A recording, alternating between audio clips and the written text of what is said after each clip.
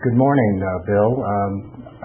For those who are viewing this video, I'm Robert Simon, and I am interviewing Bill Keleher, who is one of the preeminent lawyers in Albuquerque and New Mexico, and whose family has been associated with the legal profession for many years. And we're going to discuss some of that history here today. Bill, good morning. Good morning. Thank you. If I may, could we start with a little bit of your history and how you got into the legal profession? Well, I always knew I wanted to be a lawyer. My father was a lawyer. I knew he practiced law.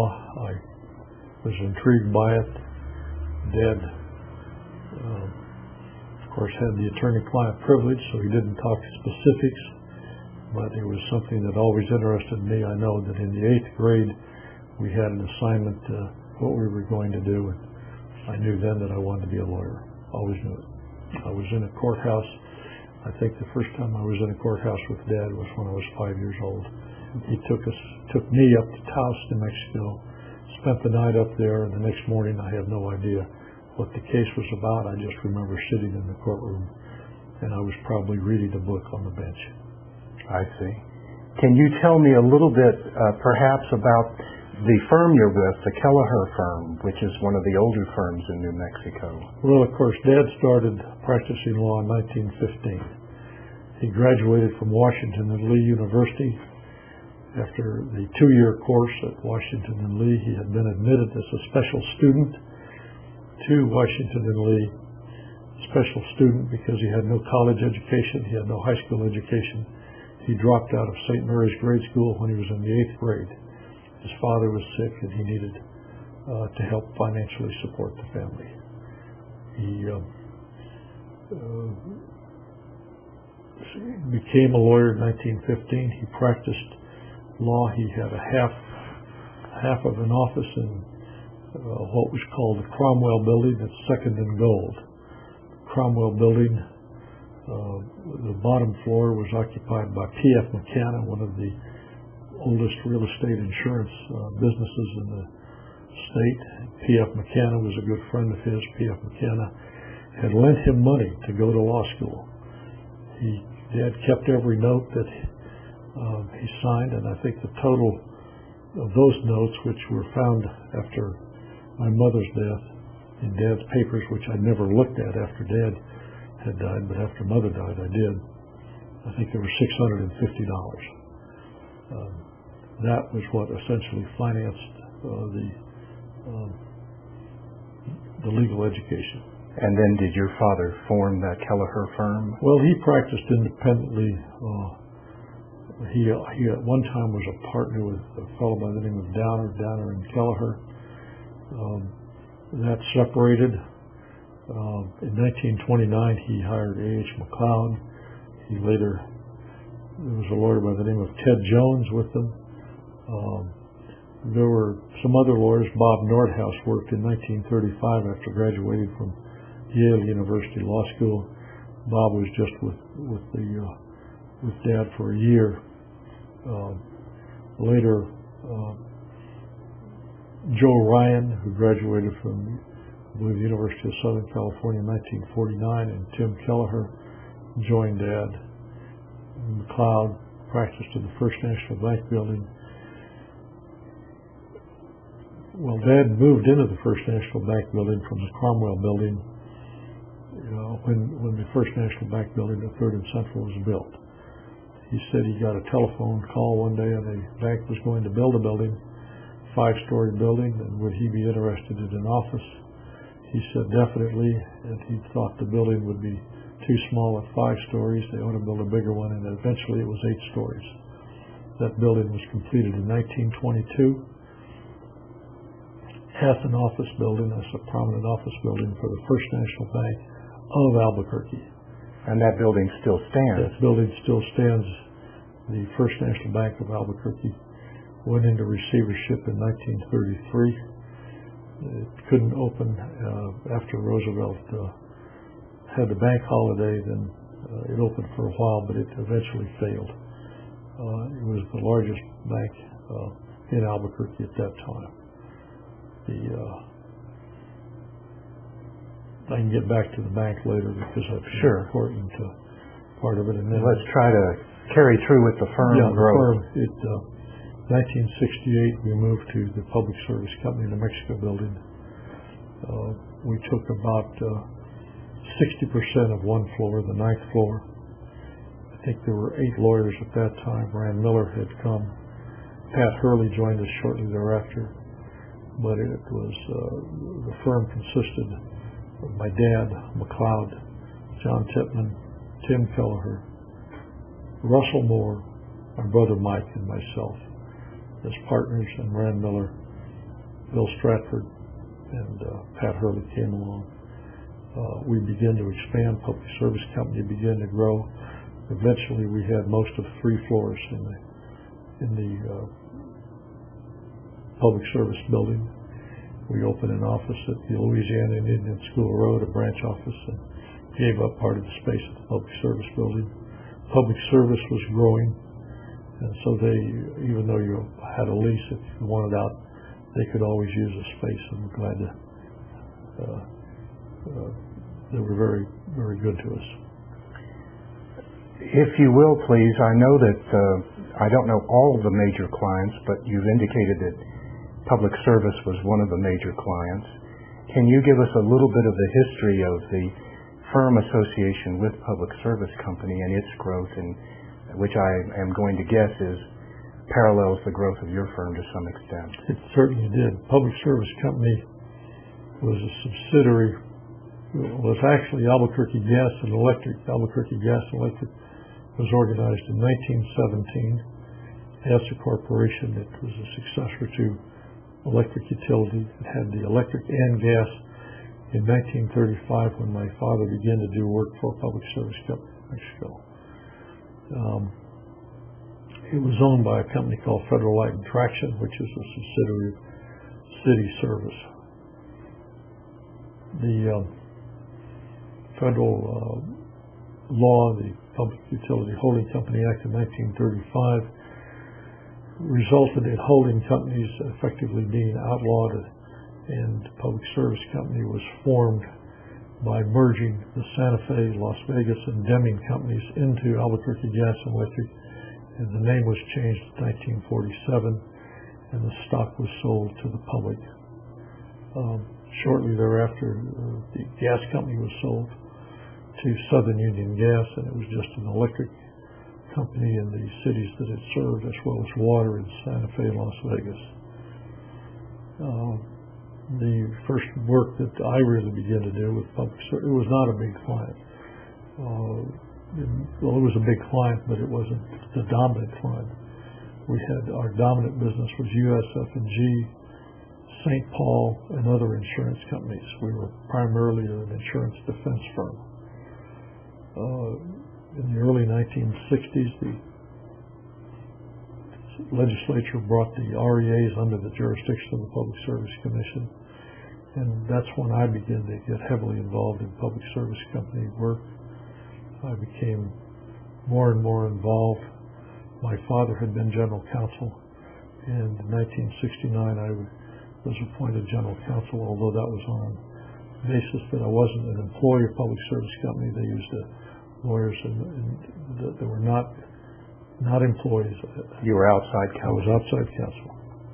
But I went to all of the Public Service Board meetings. The revenues were about $35 million a year, and by 1990 they were in the neighborhood of $750 million a year, and Public Service Company at that time decided to go in-house.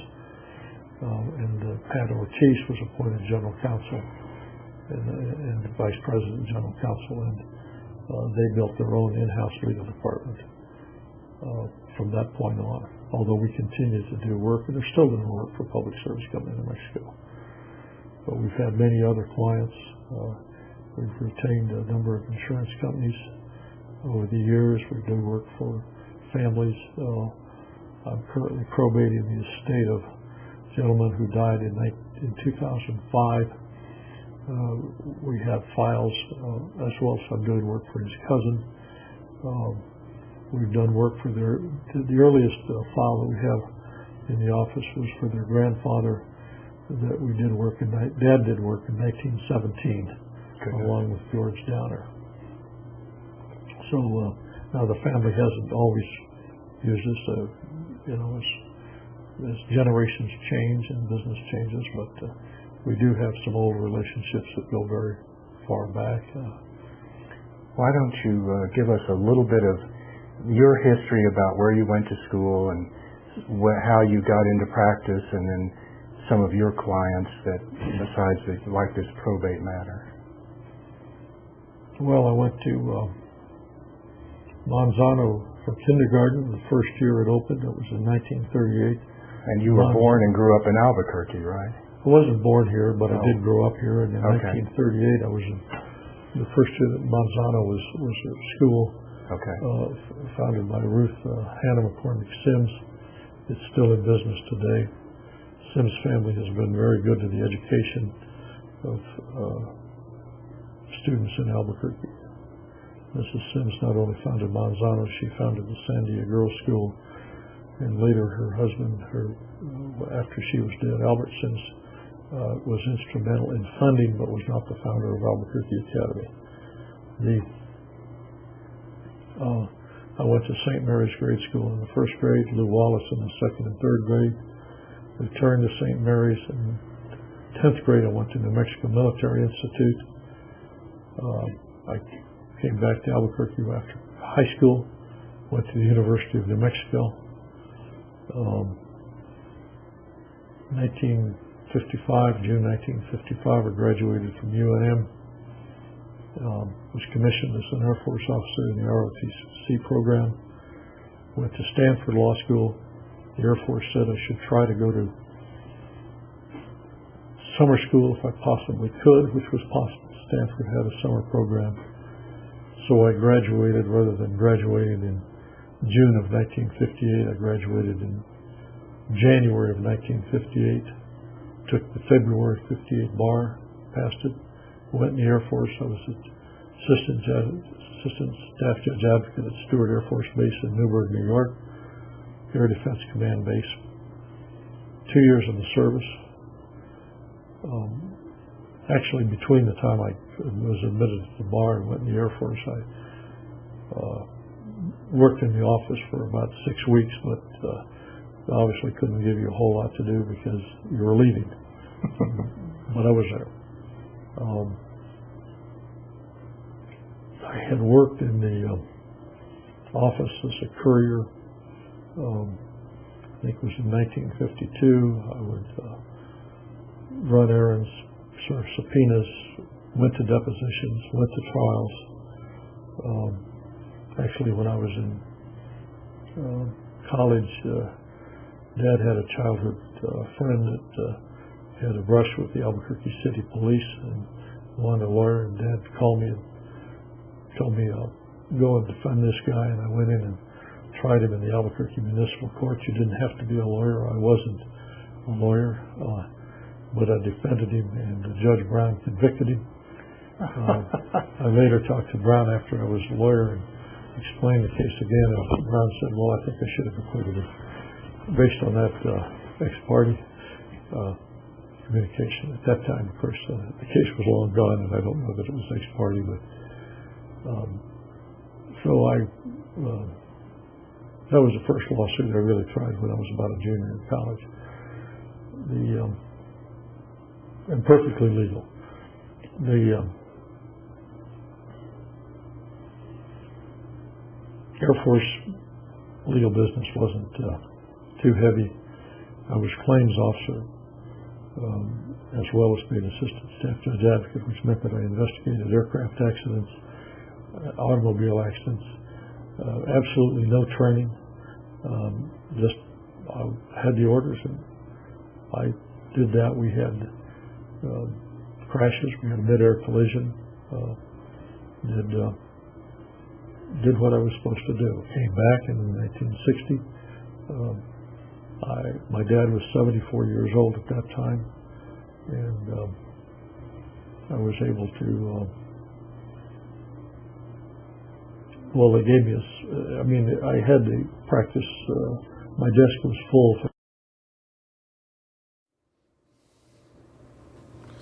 Well, again, with respect to Dad's practice of law from 1915 to, he really practiced until he was about 82. He was still seeing people. But Dad had a difficult job, life financially. His father got sick, died when he was young. He and his, they survived. He was a newspaper reporter, city editor of the Journal, and he could write. And that, I think, is how he got into law school.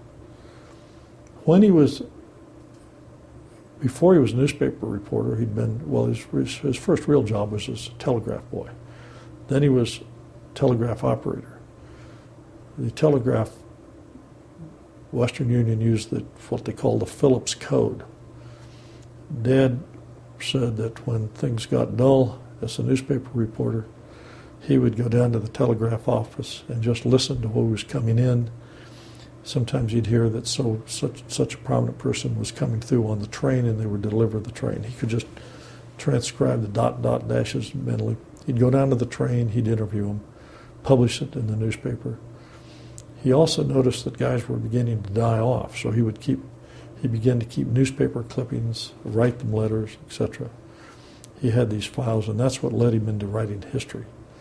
I really, as a child, never knew that he was writing history so much. He published his first book in 1952. He published Violence in Lincoln County. I think it came out in 1957, and then later his memoirs. His memoirs end with 1969. I said, Dad, why 60? I get no, the reverse is true as to what date it started. Well, you were born in 1886. He said, well, I can't remember anything in 1886. So he used the dates that he could remember. But Dad would go down apparently to an office that he would find in downtown Albuquerque and write there. During World War II, he had a key to the U.S. courthouse at 5th and Gold. He was using Judge Colin Neblet's chambers to write. Neblet was the federal court judge in Santa Fe. That's where he officed, but this was a spare office. And the General Services Administration, GAO or whatever it was, I guess GSA, told Neblet they needed the office space during the war. And Neblet said he needed it. This is what Dad told me, that the federal government said, well, the only one that's using your office is that lawyer. We know you gave him a key to the courthouse, and he goes down there early in the morning and he works until about breakfast time, and then he leaves. It's not being used during the day. Well, Neblet said, I need the office, is what I said. And of course, you can't fight a federal judge. He kept the office. Dad, today, with the security of the federal courthouses, no lawyer could have a key to the courthouse. But he would write these books. He said he never would write in the office. He did have his secretary send letters out, but he didn't, his inquiry letters. And he kept these files. And so when he had these files, and the Journal or the Tribune of newspapers would call him for comment for accuracy. When the Masonic Lodge caught fire one night and was burning in the evening, the Journal called him and said, when was the Masonic Lodge building built? Who built it? And that sort of thing. We've talked to the Masonic people that we can get contact with, and of course Dad, Roman Catholic, had nothing to do with the Masonic Lodge. He said, I'll have to check that, I'll call you back. So he went to his files to call back. But he would have these files. And all of these files we gave after Mom died. Mom died in 2000. She was almost 103 years old. At that time, I went over all of the files to purge them of attorney-client privileges. The rest of them were given to the University of New Mexico for the Southwest Collection, along with Dad's library. Dad wanted kept together. That's where you got your rich appreciation for history, and Well, especially a lot of it Albuquerque history.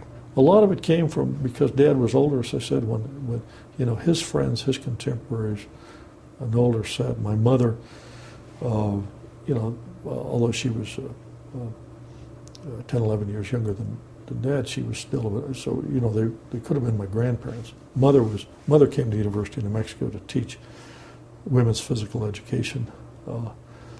She taught one summer, the summer of 25, and then she came back in the fall of 27 after being offered a permanent position. Saw in the Mirage magazine the other day that she was the coach of the University of New Mexico women's basketball team. I never knew that, but they had a picture in the magazine, the alumni magazine, of the girls basketball team and their coach. They didn't have any names, and that's Mother. So I'd hear these stories, and a lot of it just came. Anyway, Dad wrote his history and didn't allow it to interfere with the practice of law. And would you give us the name of his history that he wrote? Well, there are 3 books. There's the 5 books. There's the Maxwell Land Grant, definitive work on the history of the Maxwell Land Grant. It was written, he said, as an exercise to demonstrate the problems of the land grant, the procedures, and that sort of thing. The second one was The Fabulous Frontier, which is really a series of 12 separate items. History of Oliver Lee. That's what I call an authorized biography, because according to the story that Dad told me, Oliver Lee's, he was tried for the murder of A.J. Fountain and his son. He was acquitted. They were tried in Hillsborough, New Mexico. There were cowboys stationed in the front row of the courthouse every day with a horse outside the courthouse, and they had a horse staked out at intervals all the way to Mexico in case he was acquitted. He wasn't going to jail. But the son said they would kill anybody that ever wrote the history of their father.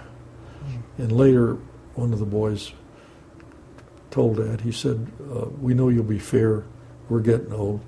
There's a rumor around, but we want you to know that rumor is not true. You would not be killed if you wrote the history of our father. So Dad wrote Oliver Lee, and one of the funny things about that, one of the good friends of Dad was Ernest Blumenschein. Ernest Blumenschein, famous artist that's got now a work of down in the... One of the founders of the Taos Artist Society. Yeah, one of the two, and he, big exhibit at the Albuquerque Museum, but...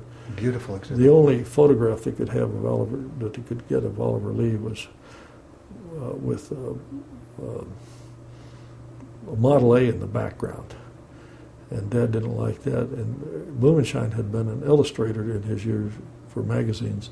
So Dad had him paint a gun and paint out the Model A, paint boots on. If you look at the photograph carefully in the book, you can see it's been touched up.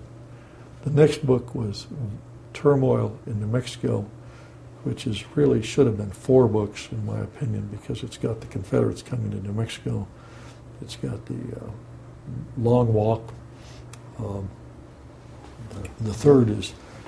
The fourth is Violence in Lincoln County, which is really the first definitive work on the Lincoln County War. And then the 5th book was his memoirs, which when the University of New Mexico republished the books, they didn't like the title, and so it was brought out as New Mexicans I Have Known. And all of those books were recently brought out by Sunstone Press again, so they're once again available. Wonderful. Let me see, it's off the record a minute. Yes. When you said, is there anything else, I thought of the...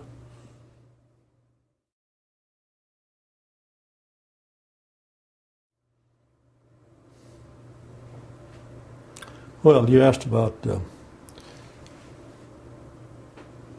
my activities as a lawyer. I have not been, never run for political office, and I've never really been active in the Republican Party, the Democratic Party. My father was Democratic State Chairman in the 30s, early 30s, for a short time, but he was always behind the scenes. I'm quite confident he would be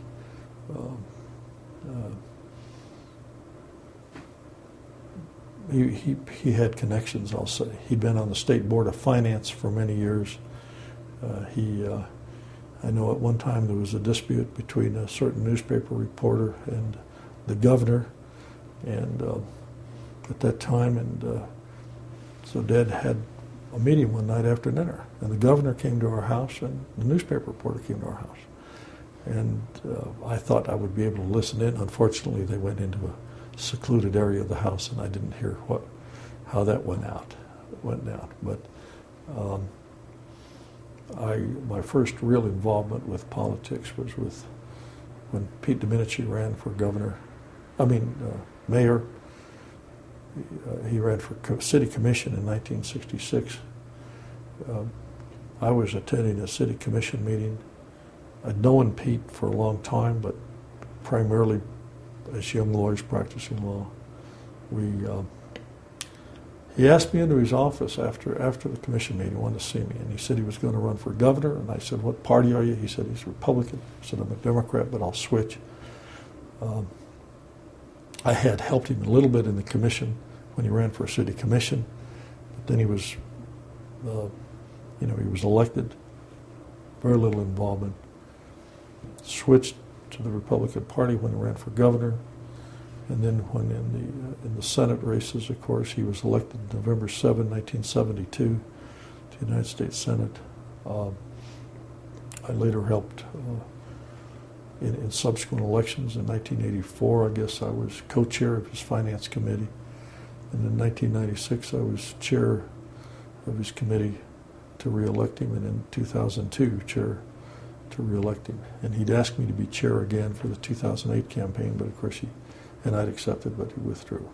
Of course, being chair is a pretty easy job when you have such a person as Pete Domenici. People return your calls, and we have a paid campaign manager.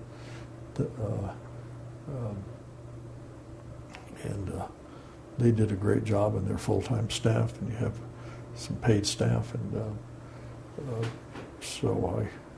but I did do those, and that's been my principal connection with politics. Interesting. And we're sitting across the street from his father's house, or his family's house. Yeah, they bought that about 1944. Did they? 43. They lived over near St. Mary's Grade School on 7th Street or something.